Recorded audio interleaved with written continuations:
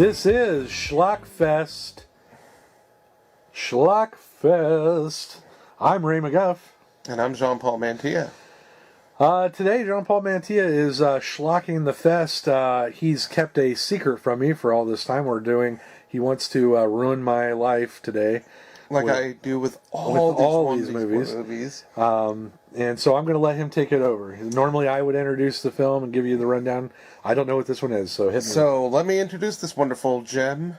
And it is a wonderful gem. So if you are a regular listener, you know I gave a nice little tease that I said it's from a group that Randy likes. And it may or may not be a musical.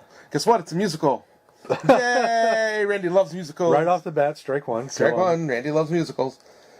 I am going to introduce you to a wonderful, wonderful, wonderful film called Sgt. Pepper's Lonely Heart Club Band.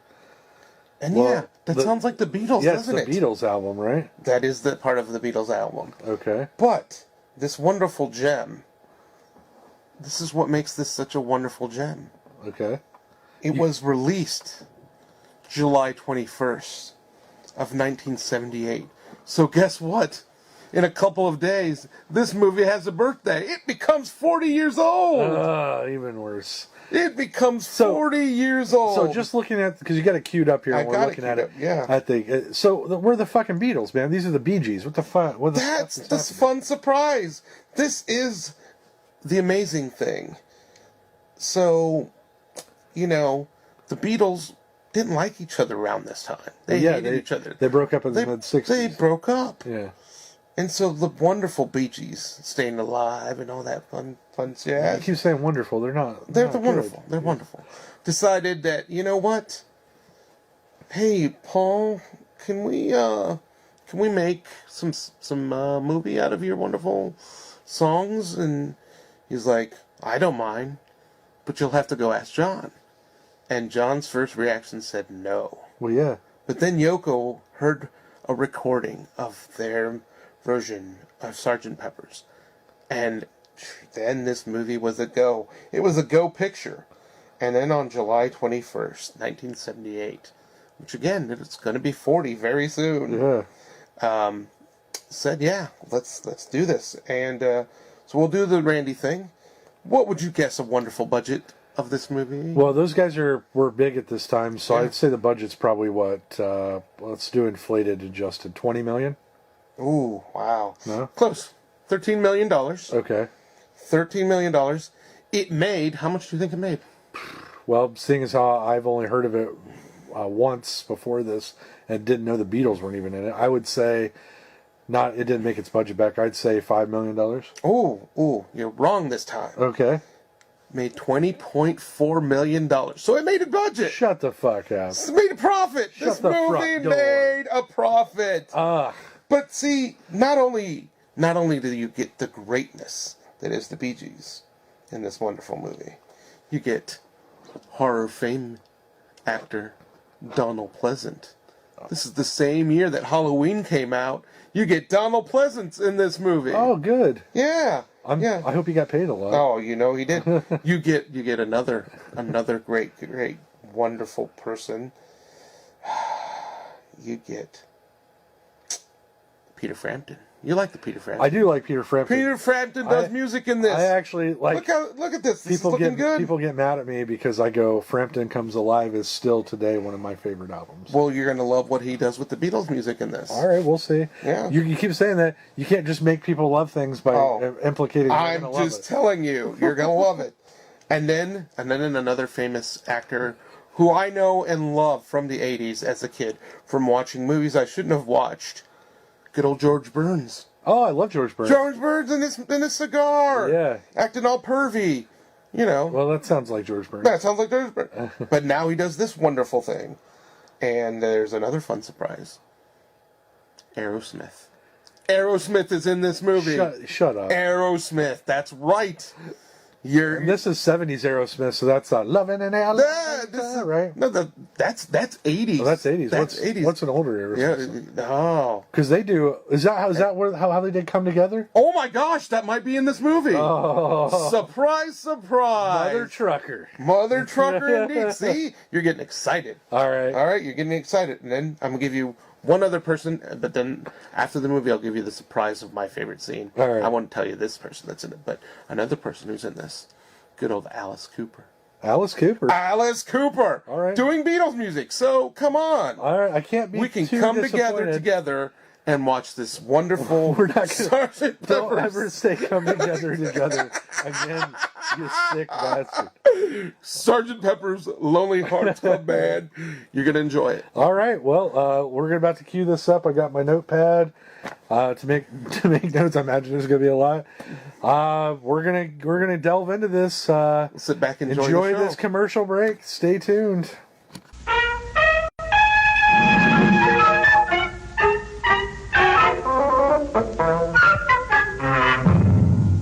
We'll be right back.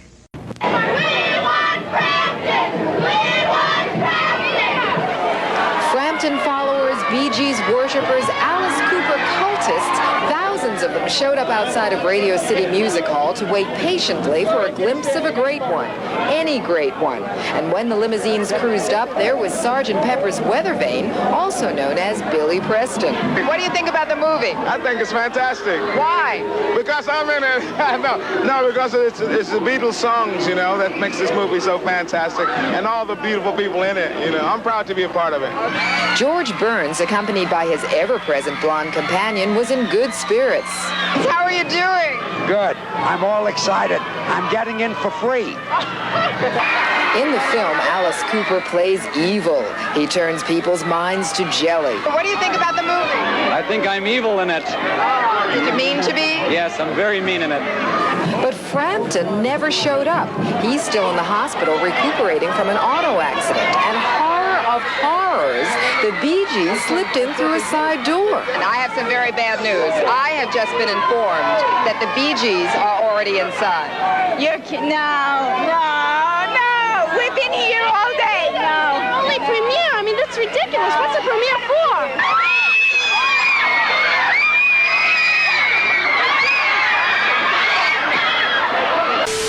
Okay, we're back. This is Ray McGuff. And Jean-Paul Mantilla. I just watched Sgt. Pepper's Lonely Hearts Club Band, 1978, rated PG, and I put really when I was writing my notes. Now I have a page and a half of notes, just so you guys know. Normally I have about half a page or a full page. This was so shitty. This might be one of the worst things I've ever seen in my entire life of watching movies, but I enjoyed the music, which is weird. It was the most fantastical come-togetherness ever. It was wonderful. First and foremost, I have to start off with saying this. How many times can you put the fucking title of your movie into the movie itself? It's so you don't forget. They must have said within the first 30 minutes, Sgt. Pepper's Lonely Hearts Club Band, at least that many times. What was the name of this movie?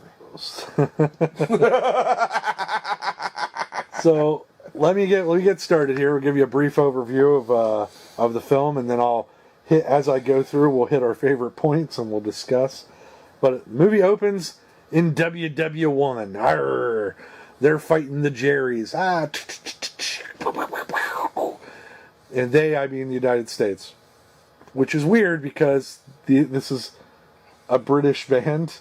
It is, but the United States were clearly represented in the war. I mean, I'm not wrong, right? You're definitely not wrong. Okay.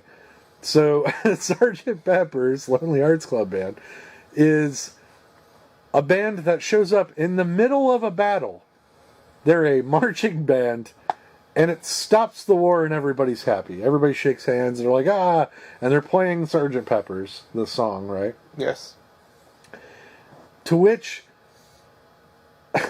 we're introduced to our narrator, who is none other than George Burns. George Burns. And if you're not familiar with George Burns, just pull out your little talk box or your tableau or whatever you call tableau, and maybe your Mac computer, or your PC, maybe your Dell,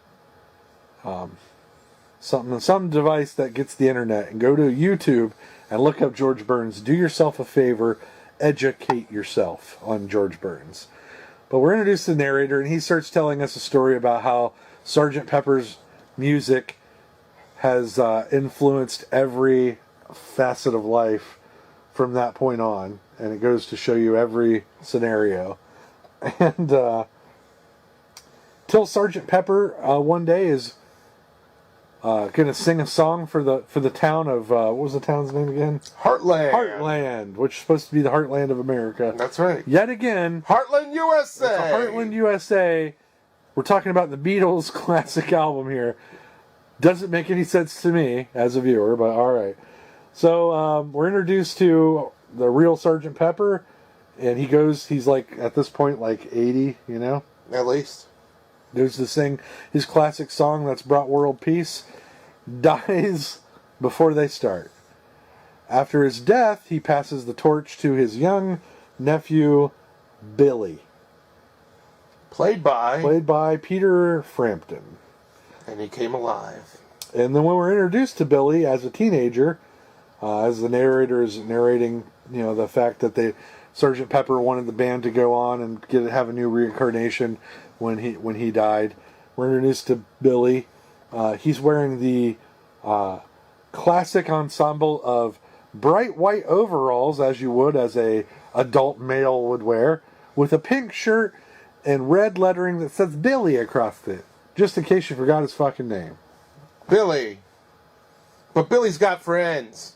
Tell us about Billy's friends. Billy's friends are, doesn't matter what their names are, let's be honest, the fucking BeeGees. Okay? Alright, so the BeeGees are Billy's friends, and they're his backup band.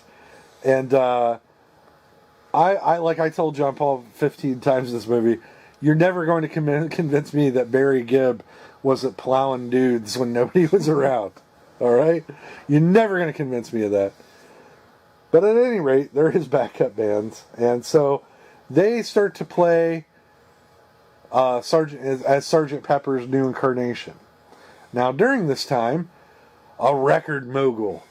Oh, this record mogul, played by Donald Pleasant. Dr. Loomis. Dr. Loomis.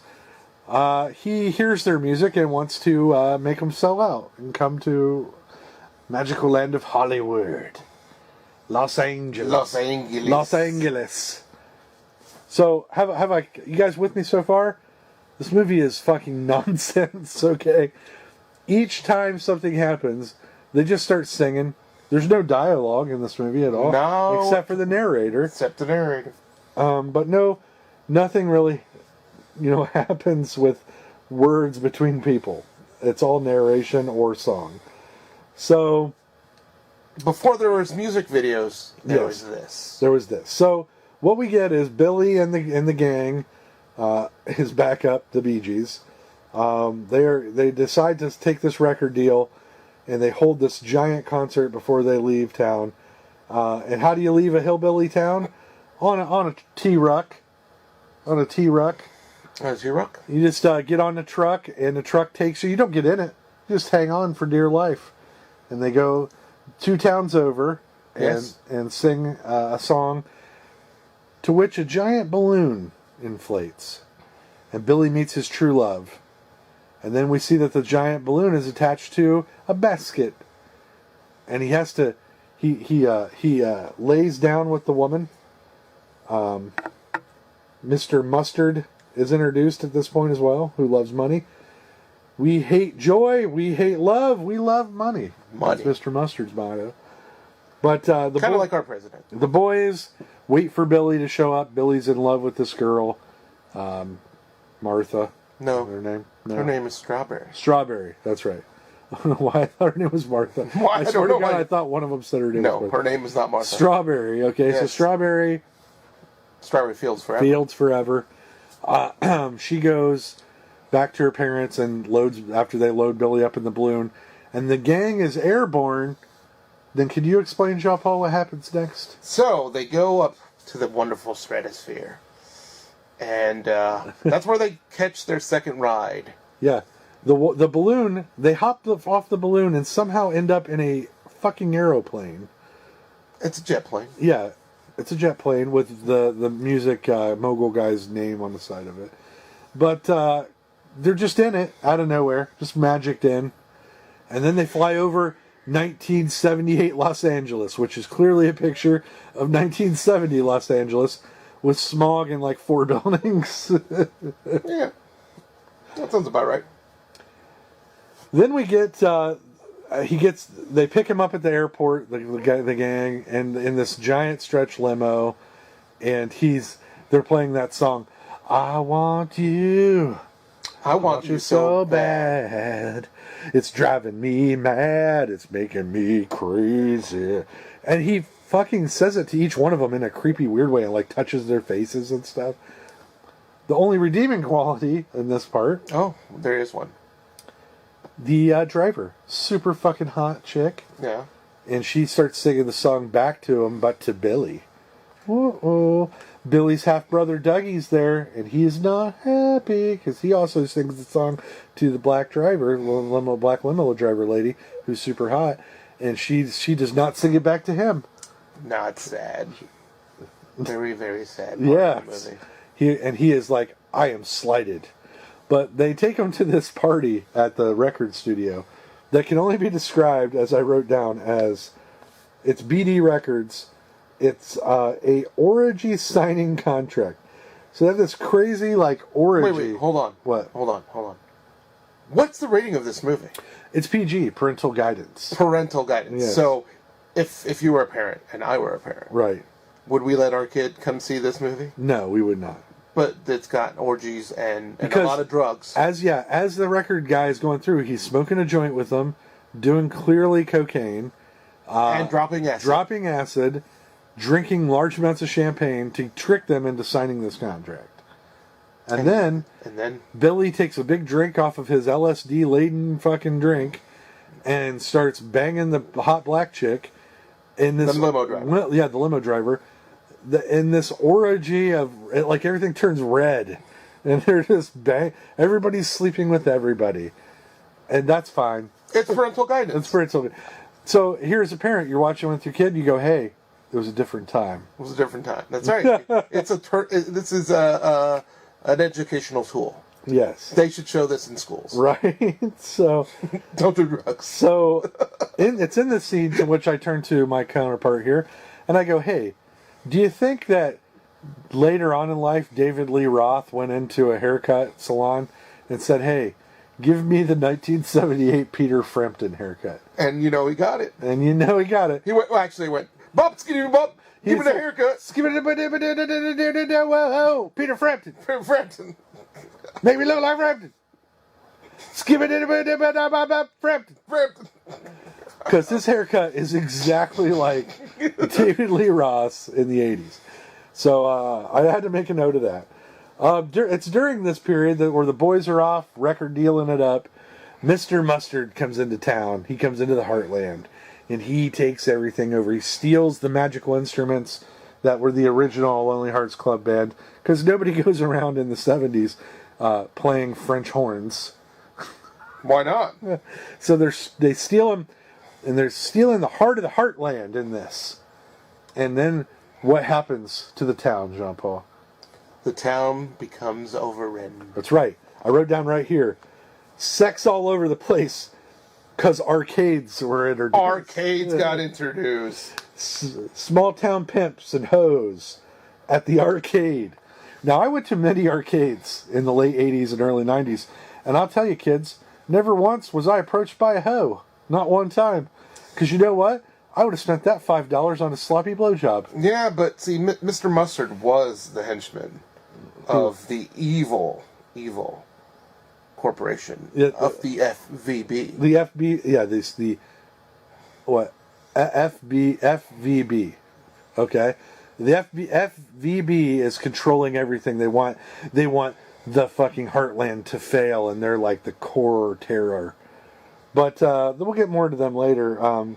Pimps and Hoes party, you know, the fellas are going around gigging it up, and they get on live TV, right? And you get a little montage. They get a little montage of them singing, and they're fucking superstars at this point.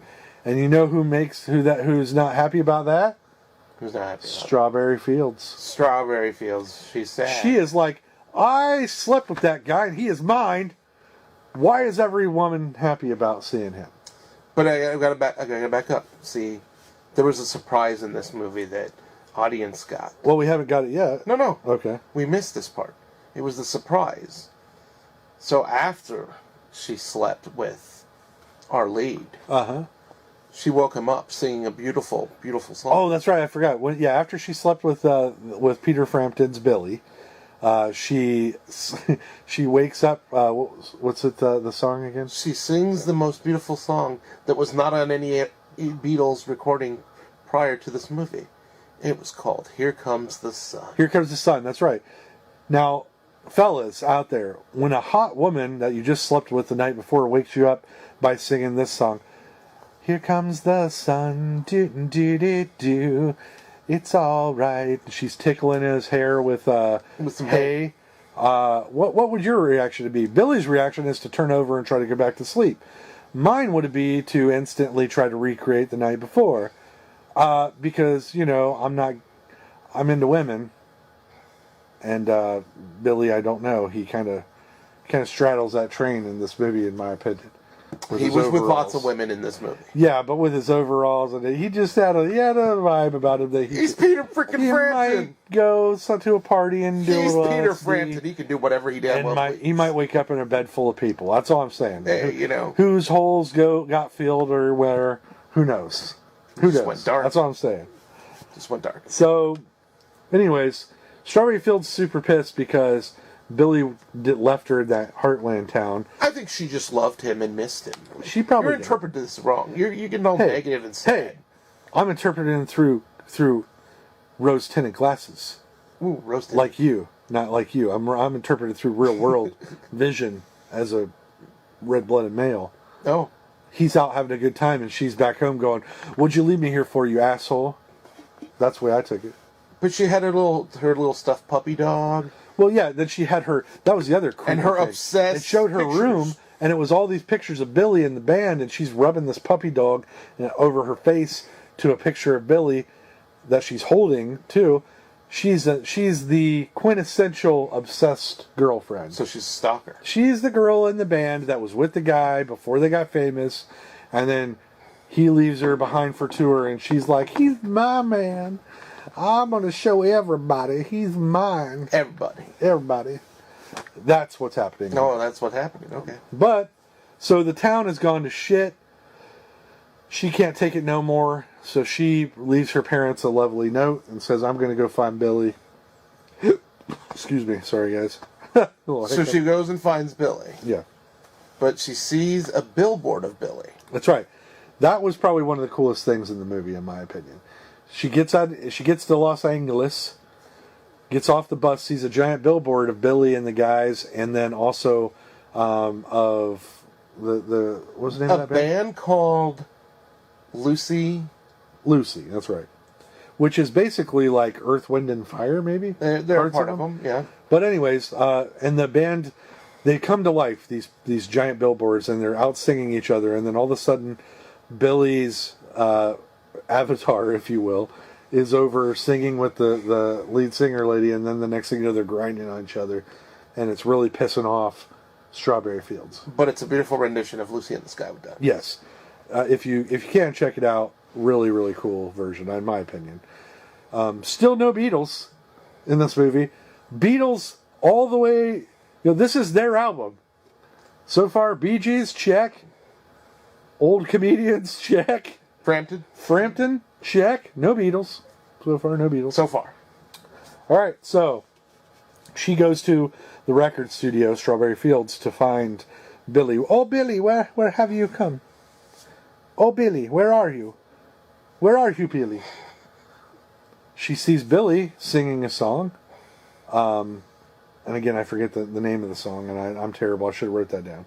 But Billy's playing guitar on a song that's being sung by one of the BeeGees, and he's blowing kisses to the super hot black chick that was the limo driver, and she's blowing kisses back, and Billy's girl's like, nuh-uh, and she storms in and interrupts the session.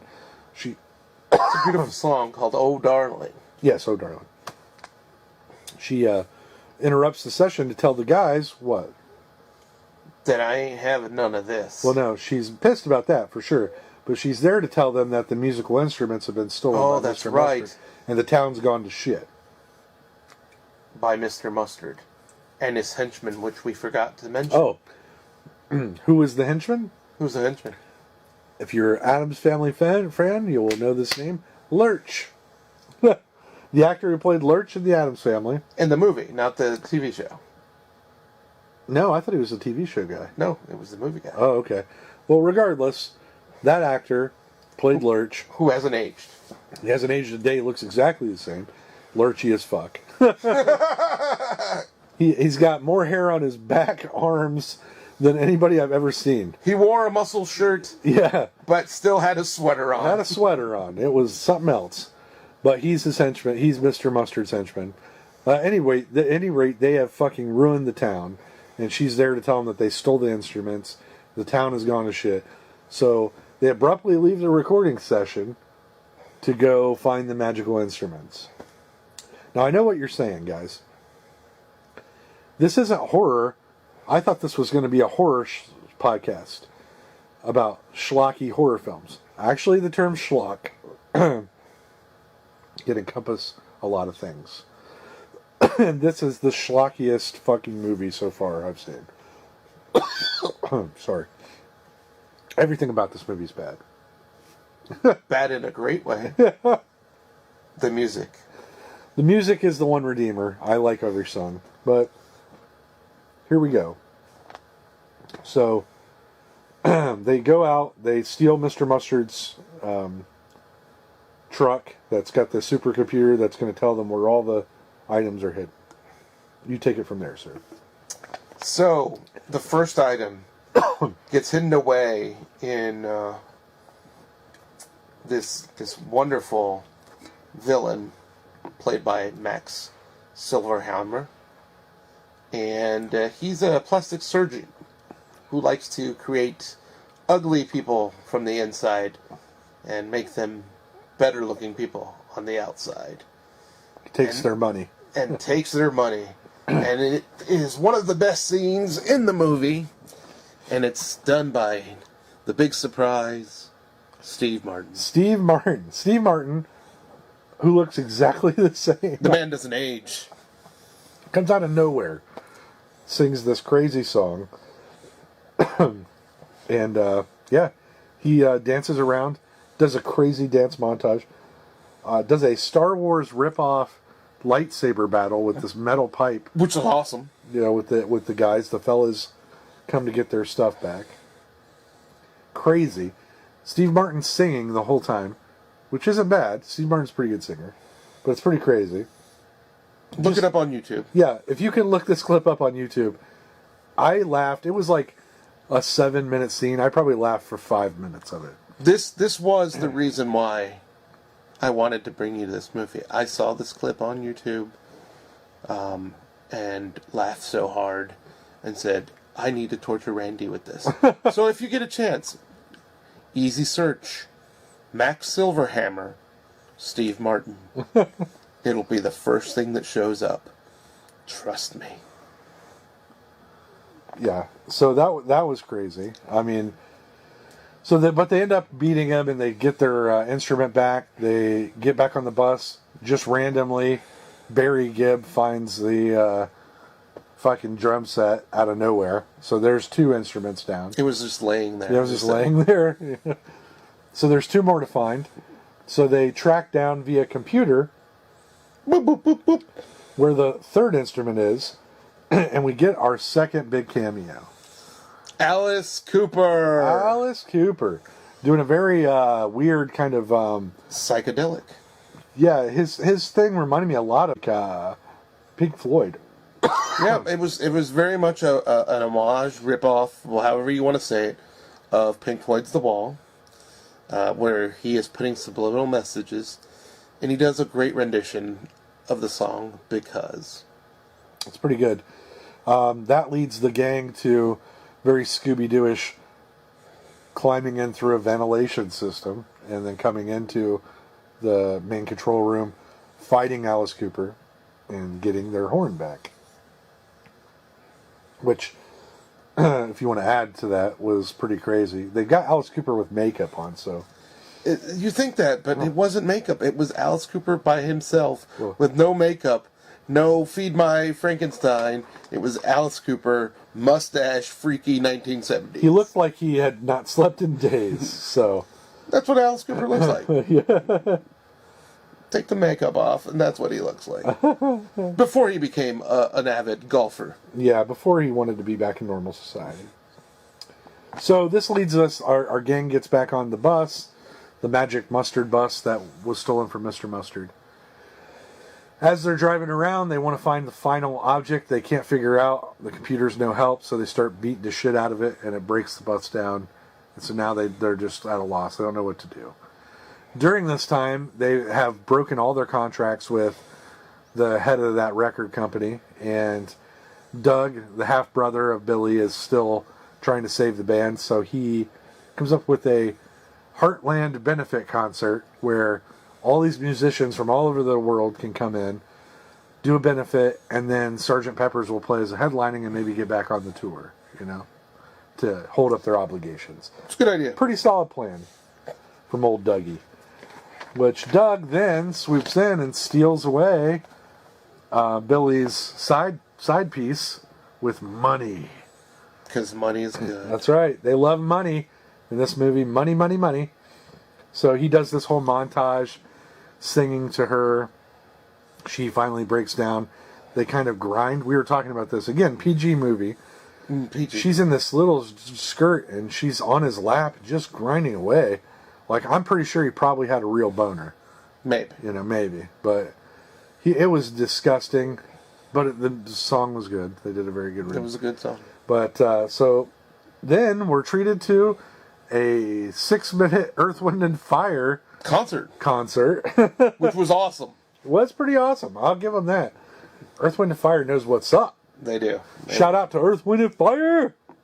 Am I allowed to say it like that? You could say it however you want. Fucking weirdo. But they were really good.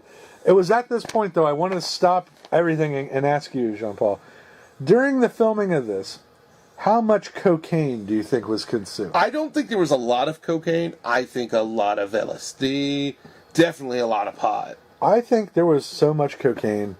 Because Earth, Wind, and Fire's performance, if you're watching the audience, those people were on cocaine. Yeah, maybe a little. Maybe. It just was it was crazy. But it was magical performance. Yeah. Again, PG movie. We got to stick to the PG route. Then we're treated to a rendition of When I'm 64 by Mr. Mustard, because he has grabbed up the girlfriend at this point, Strawberry Fields. Because he's told he needs to take her back. If you've already YouTubed the other things, why not YouTube Mr. Mustard's rendition from the Sgt. Pepper's movie of When I'm 64? Because it's the creepiest fucking thing I've heard in a while. And you laughed. I laughed hard through the whole thing. Crazy, though. But Mr. Mustard lures the fellas away to find the final object. And it's at this point that the big bad's revealed, the big villain. The big FVBV. What is that, Jean-Paul? That is the future villain band and no other. Who is that band? Future villain band is? You guessed it, Aerosmith. Aerosmith. That's right. Steven Tyler, Joe Perry, and those other guys. And they do a rendition of a great song, Come Together, which I'm sure all of you have heard before. Nobody knew where it came from. Fun fact, I had no idea that it came from this movie. I've heard that song a million times over the years, and I thought, man, they just did a very good cover. I don't know why they did it. Bands do shit like that. Yeah. And then you realize, 40 years ago. Oh, by the way, yes, this movie 40 years ago yesterday was released. So that's just to put a timestamp on things. This movie is 40 years old and plays like it's 40 years old. It plays like it's the biggest blockbuster. It's like the next Mission Impossible Fallout. Oh, no, it's not even close to being that good. It's closer. But anyway, so Aerosmith plays Come Together, and during this, the boys battle. The fellas come in. They've got Strawberry Fields hung by this, like, giant Aerosmith circle, like neon light thing. Of money. The money symbol. And then, you know, the gang's fighting, what have you. Then all of a sudden, Strawberry Fields reaches down. Steven Tyler is choking Billy to death. And the Strawberry Fields lady hits Steven Tyler, and he falls off this huge drop off the stage, like 20 feet, to his death. Then Billy tries to get up to save Strawberry Fields, but the sign gets knocked over, and she falls to her doom. And it gets sad. Yeah, it's all of a sudden the hijinks are over. Billy comes down the stairway, grabs up Strawberry Fields, to which I yelled, "She dead!" She did. Steven Tyler died too. Sad. Yeah, Jean-Paul didn't think it was very funny. It was sad. Because I go, "She dead!" And Jean-Paul's like, "Oh, come on, man. It's Strawberry Seriously, Fields. Strawberry Fields." And I was like, Yeah. "But she dead." But it was sad. So they get their final object back, but at what cost? Because George Burns comes back and says, as the narrator, and says, "At what cost?" She did. All the instruments were placed back in the town. The town goes back to normal, but at what cost? She did. She did. They have a funeral for her. They sing this lovely rendition of which one was it? The Long and Winding The Road. Long and Winding Road. The fellas put her in internment. She's in a glass case of emotion. No, I'm just kidding. She's dead. And then Randy cried a little. I was like, I said at this point, the bitch better stay dead, otherwise I'm going to hate this movie. Because if she died, that was a very, very good choice. That was like a strong directorial choice. And she died. Right when I say that, and they're putting her in internment in a cemetery. Guess what happens, folks? A magic happens. Yes. The top of this, like, barn that's got it's like a dude playing a fucking trumpet comes to life. He's a magical black fella. And he dances. And he dances and sings and shoots electricity from his fingers. I don't know why. He just does. Why not? And he brings things back to life. He brings, he shoots Mr. Mustard and makes him the Pope for some reason. Yeah, I said that right. The Pope. The Pope. Then he shoots some other people and changes their clothing back to happy clothes. And then all of a sudden, you think he's flying back up into the sky to roost again. Turns around, shoots his magic fingers, and guess what? Strawberry Fields is back alive. Yeah! To which I went, boo, fuck this movie. No. What a pile of shit. No. She needed it. We needed a happy ending. So Billy shows up, sees her, runs over. He's still dressed all in black. The magical fella shoots magic at him. He changes into like a felt suit. Okay. Yeah, and bright colors. He's like doesn't question it. He's just like, "Oh, my girlfriend's back, and I'm gonna be in trouble. Hey, nah." Oh no, that's a different. Yeah. Thing. But anyways, his girlfriend's back from the dead. Doesn't question it. He's now fucking a zombie. He's cool with it. And then the BeeGees show up, and they're like, "Is there anything there for us?" And the Magic Man zaps him. He goes, "Hey," and they're in their Sgt. Pepper's silk suits. And then it's time to rock out. And it's time to rock out. What song do they play? She's a woman? No, it's Sgt. Pepper. Oh, it's Sgt. Pepper. Yeah, they end it with Sgt. Pepper. Right, they end it with Sgt. Pepper. And then they have this montage of all these old-timey famous people who I have no fucking idea who they are. But it was so great because half the thing, these people are not in the movie. Yeah. Robert Palmer was in it. You get a surprise of Robert Palmer. Tina Turner. Tina Turner's there. Don't know why. Why not? Heart. Heart. The band Heart. The band Heart. Shows up. Yeah, why not? Why not? Why not? Curtis Mayfield. Hey, Curtis Mayfield was pretty great. Yeah, I'm I'll give him saying that. He Curtis was singing Mayfield. pretty good. Bonnie Raitt. I didn't even see her. Yeah. She was I there. know who she is. I didn't there. even see She's her. there. I believe you. You know, saying. Phyllis Diller. Phyllis Diller. Ladies and gentlemen, that's right. We had a Phyllis Diller sighting. Yeah. Carol Burnett. Carol Burnett was there. You know. Like I said, I'm pretty sure. Wolfgang Jack. I'm pretty sure one of the Monty Python guys. You know, yeah, just Google all these people. Hank Williams Jr. These are all famous people, and they all were in this wonderful movie. You know why? Because this movie was awesome. It was. It was awesome. That's It was SchlockFest. we're at our final part where the credits roll and the music's going, and it's time for what did Randy think? What did Ray think?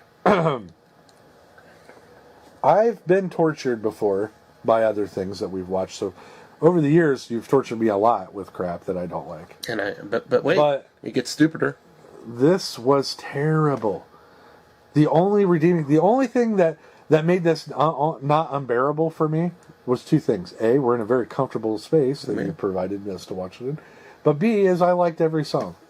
Every song. I love the Beatles. You know this about me. I know. So I like every song, and I actually thought renditions of the Beatles songs in this were done very well. I held up my end of the bargain. I said, I'm going to torture you with some group that you like in a movie you wouldn't expect, and that it was going to be a musical. So, mission accomplished. Mission accomplished there, Tom Cruise. Yeah. I'm gearing up for that Fallout by Mission Impossible. Fallout, Shelter, Yeah. Ball Sack. What? Yeah, I overall was, this is one that I will never watch again, ever. But I was entertained, so I will give you that. Again, it's my fourth viewing of this. It gets better every time I see it. Steve Martin, highlight. Alice Cooper, another highlight. Aerosmith. I mean, these are some bands and some people you know.